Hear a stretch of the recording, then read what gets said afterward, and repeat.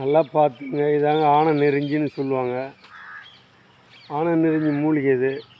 இந்த மூலிகையை தண்ணியில் போட்டு ஒரு ஒரு மணி நேரம் அப்படியே ஊற பார்த்து எடுத்து குடித்தா நம்ம விளக்கெண்ணெய் போல் இருக்கும்.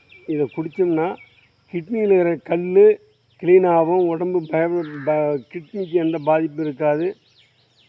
நம்மளுக்கு நல்லாவும் இருக்கும், உடம்புக்கு நல்லது. கிட்னியில் இருக்கிற கல் க்ளீனாகும்.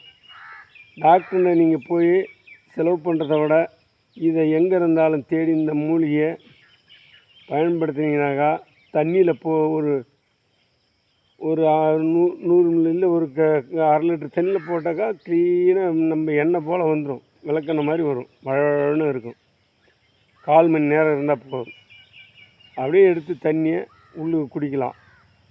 குடித்த காலையில் வெறும் வகுத்தில் குடிச்சின்னு வந்தீங்கன்னாக்கா கிட்னியில் இருக்கிற கல் க்ளீனாகும், உடம்புக்கு நல்லது. இதுக்கு பேர் தான் ஆனை நெருஞ்சி. நன்றி, வணக்கம்.